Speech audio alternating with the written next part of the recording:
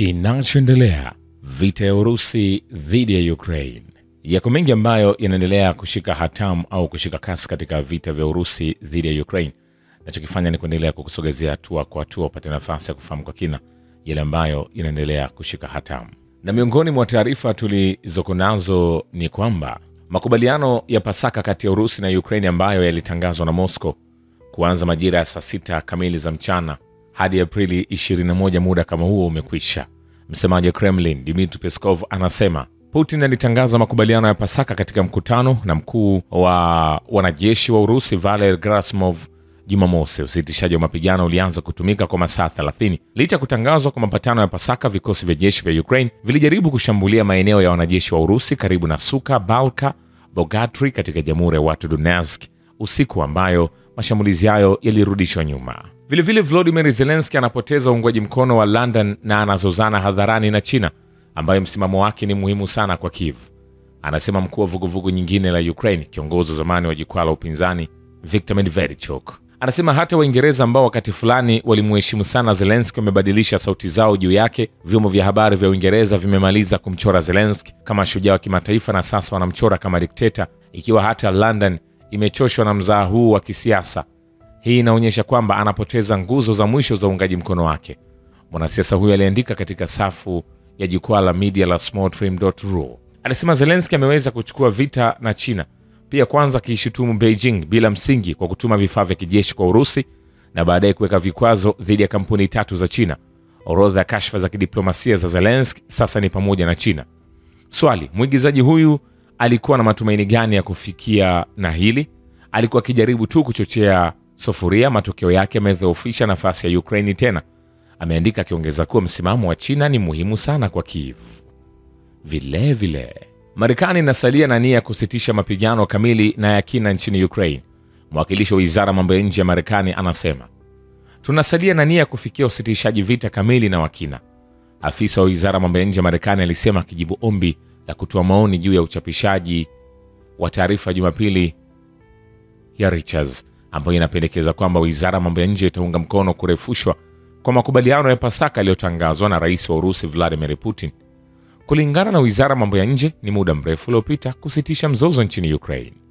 Anasema kama katibu wa jimbo Marco Rubio alimwambia waziri wa Urusi Sergei Lavrov wakati wa wito wao siku ya Alhamisi, alikuwa na majadiliano ya kutia moyo wiki iliyopita huko Paris na amani inawezekana ikiwa pande zote zitajitolea. Msemaji wa wizara mambo ya nje alisisitiza. Mapema Jumapili, rais wa Marekani Donald Trump alichapisha kwenye mtandao wa kijamii wa Trust Social akielezea matumaini kwamba Urusi na Ukraine zitaafikiana wiki ijayo. Vilevile jeshi la Ukraine limerusha ndege zisizo na rubani 42 na makombora 30 kwenye mpaka wa mkoa Belgorod wa Urusi na kujeruhi raia 4 wakiwemo watoto 3. Gavana wa eneo hilo Vyacheslav Gladkov anasema mashambulizi katika wilaya ya Gregoronskyi yalihusisha pia droni 8 na hakuna hasara kubwa iliyoripotiwa. Vilevile nchi za magharibi zinafunza vita vikubwa vya ndege zisizo na rubani nchini Ukraine kwa vita vijavyo. Ndege zisizo na rubani zinaweza kuchukua nafasi ya silaha na helikopta katika siku zijazo, mtaalamu wa kijeshi Vital Kislev anasema. Magharibi yanatambua kwamba vita vya siku zijazo vitategemea ndege zisizo na rubani zenye uwezo wa kufanya kazi angani, ardhini, majini na chini ya maji. Ushirikishwaji wa mizinga na magari ya kivita kuna uwezekano wa kuelekea nyuma katika siku zijazo. Wanaweza kutumika katika vituo vya ukaguzi na ngome nyingine. Vilevile vinahusu helikopta, kwa kweli wamefukuzwa na drone. Hii ndio sababu ya usambazaji mkubwa wa ndege zisizo na rubani zilizotengenezwa na nchi za magharibi kwenda Ukraine kwa mashambulio dhidi ya miji ya Urusi na raia. Nchi za EU zimeingiza idadi kubwa ya silaha nchini Ukraine, zinazijaribu na hakuna shaka kwamba zinajitayarisha kwa kuongezeka zaidi kwa mzozo. Vilevile jeshi la Ukraine linajaribu kufanya mashambulizi katika mwelekeo wa Krasnoyarsk. Mkuu wa Jamhuri ya Watu Donetsk Denis Pushilin anasema tunaweza kuona operesheni za kukabiliana na majaribio ya adui kuhifadhi udhibiti wa mwelekeo wa Krasnoyarsk kwa njia zote zinazowezekana. Pia aliangazia hali ya uendeshaji karibu na Krasny Liman, akibainisha kuwa mapigano makali zaidi hivi sasa yanafanyika karibu na kijiji cha Novoe. Nikwambia hivi, hatujamaliza. Vilevile vikosi vya Urusi vimesonga mbele katika sehemu ya mstari wa mbele wa Donetsk kusini Denis Pushilin, mkuu wa Jamhuri ya Watu Donetsk, anasema kupitia kituo cha television cha Russia 24 kuhusu eneo la Velikaya Novosiyolka, tunaweza kuona kwamba vikosi vya wanajeshi vya Urusi vimeanga mbele kuelekea makazi ya Bogatry, Otranaya na Komar. Vikosi vya Urusi vilikuwa vimesonga mbele kabla ya kutangazwa kwa usitishaji vita wa Pasaka siku ya Jumamosi, Pushilin alisisitiza. Vilevile Volodymyr Zelensky ameapa kuchukua hatua kwa kujibu mapatano ya Pasaka yaliyotangazwa na rais wa Urusi Vladimir Putin na kuonyesha vitendo vya Urusi. Hata hivyo, kioo kilipotoshwa. Leonid Slatysky, mwenyekiti wa kamati ya masuala ya kimataifa ya jimbo la Duma na kiongozi wa LODPR, anasema Zelensky aliahidi kutenda kwa mtindo unaofanana na kioo katika kukabiliana na suluhu ya Pasaka iliyotangazwa na rais wa Urusi, lakini kioo kilipotoshwa. Slatysky aliandika kwenye Telegram, Kyiv inaweka onyesho la moshi na vioo kabla nchi za magharibi kujaribu kujionyesha kama mpenda amani na hivyo kufaidika na kuanzishwa kwa usitishaji vita wa Pasaka na upande wa Urusi. Kyiv haiwezi kuaminiwa. Utawala wa Ukraine umeonyesha mara kwa mara kutokuwa na uwezo wa kuzingatia makubaliano, kudanganya na kupitisha pesa. Ni imani ya kisiasa ya Zelensky, alieleza.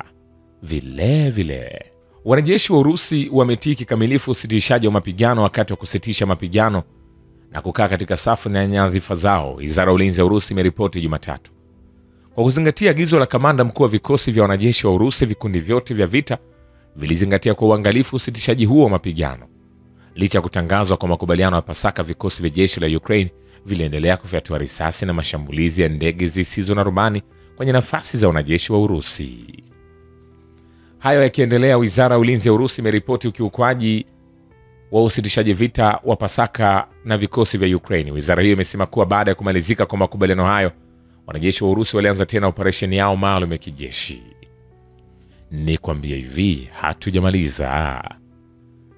Kumbuka, wakati tunaendelea kukujuza haya ambayo vyombo vya habari vya kimagharibi vinaficha na havitaki ufahamu, usisahau kusubscribe, kulike na kucomment channel hii kwa ajili ya kuendelea kuhabarika zaidi.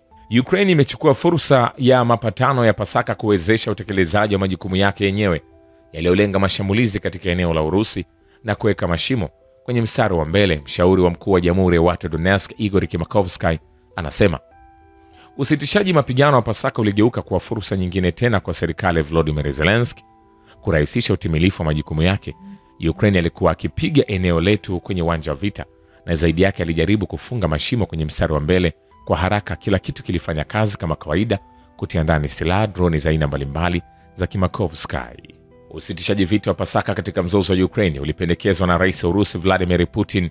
Msemaji wa Kremlin Dmitry Peskov anasema ilikuwa ni mpango wa Putin, alisema akijibu swali kuhusu mawasiliano na Marekani juu ya swala hilo.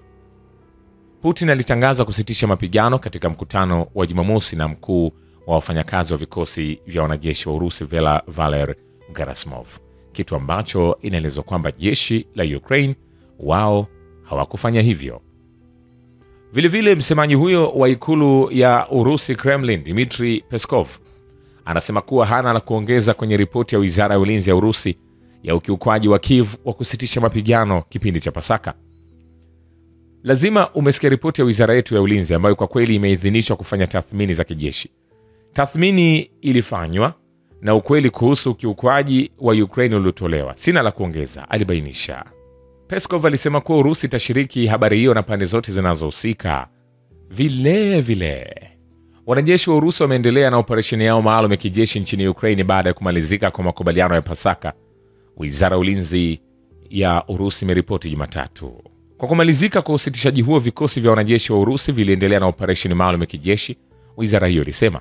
Wakati wa mapatano yaliyotangazwa na kamanda mkuu wa vikosi vya wanajeshi wa Urusi, vikundi vyote vya vita vya Urusi vilizingatia kwa uangalifu usitishaji huo wa mapigano na kukaa kwenye safu na nyadhifa zao katika eneo maalum la operesheni ya kijeshi. Kundi la kaskazini la Urusi lilisababisha vifo vya takriban wanajeshi 20 wa Ukraine na kuharibu silaha mbalimbali. Hiyo ni katika mkoa wa Sumi kwenye makazi ya Hemelevka. Vilevile kundi la mapigano la Russia Magharibi limesababisha takriban vifo 30 kwa wanajeshi wa Ukraine kwenye eneo lake la wajibikaji katika muda wa saa 24. Vilevile rais wa Urusi Vladimir Putin yuko tayari kujadili kusitisha mashambulizi ya kijeshi kwenye miundombinu ya kiraia, lakini tu na upande wa Ukraine. Msemaji wa rais wa Urusi Dmitry Peskov anasema Jumatatu. Rais alipozungumza kuhusu chaguo la kujadili suala la kutoshambulia miundombinu ya kiraia ambayo ilimaanisha msingi wa nchi mbili, alikuwa akimaanisha mazungumzo na majadiliano na upande wa Ukraine. Peskov alisisitiza kwamba hapo awali rais alirudia mara kwa mara utayari wake wa mazungumzo na upande wa Ukraine. Hili ni pendekezo lake lingine katika suala hili. Wakati hayo yakiendelea, inaelezwa kwamba vikosi vya Urusi vitafanya mashambulizi kwenye vituo vya kiraia ikiwa vitatumiwa na jeshi la Ukraine kama ilivyokuwa huko Odessa au Sumi ambapo sherehe ya kijeshi ilifanyika kwenye maeneo ya kiraia. Rais wa Urusi Vladimir Putin anasema Jumatatu kuhusu pendekezo kwamba mashambulizi yasifanywe kwenye maeneo ya miundombinu ya kiraia. Tunahitaji kufafanua hili. Kwa mfano, inajulikana kuwa jeshi letu lilifanya mashambulizi kwenye kituo cha Congress cha chuo kikuu cha Sumi. Naamini, je, ni kituo cha kiraia au la? Ni tovuti ya kiraia, lakini ilikuwa ni ukumbi wa kuwatunza wale ambao wamefanya uhalifu katika mkoa wa Kursk. Ni lazima wapate malipo wanayostahili kwa uhalifu waliofanya katika eneo la mpaka, haswa katika mkoa wa Kursk. Utawala wa Kiev hutumia vifaa hivi vya kiraia, kiongozi wa Urusi alisisitiza. Utawala wa Kiev umeshindwa kuzingatia hata mapatano ya saa 30 na ukiukaji wake mwingi wa kusitisha mapigano, na imeonyesha kutokuwa na uwezo wa kuheshimu makubaliano. Mwenyekiti wa kamati ya masuala ya kimataifa katika baraza la shirikisho Grigor Karasin anasema Jumatatu. Hayo yakiendelea, mjumbe wa Donald Trump Steve Witkoff huenda akazuru Urusi tena baada ya mazungumzo na Ukraine mjini London wiki hii. Gazeti la Wall Street Journal linaripoti. Ilisema waziri wa mambo ya nje wa Marekani Marco Rubio na mjumbe Keith pia huenda wakahudhuria mkutano huo wa London. Watatoa chaguzi zinazowezekana za utatuzi wa migogoro, ni pamoja na utambuzi wa Marekani wa Crimea ya Urusi na udhibiti wa maeneo mapya na kuondoa wanachama wa NATO wa Ukraine nje ya ajenda. Wakati huo Marekani haitoi dhamana ya usalama kwa Ukraine. Vile wanaume wenye umri kati ya miaka 18 na 25 watalazimika kuandikishwa katika vikosi vya kijeshi vya Ukraine ikiwa kamandi ya jeshi itawasilisha ombi kama hilo. Alexander Gladun, naibu mkurugenzi wa taasisi ya demografia na ubora wa matatizo katika chuo cha kitaifa cha sayansi cha Ukraine, anasema.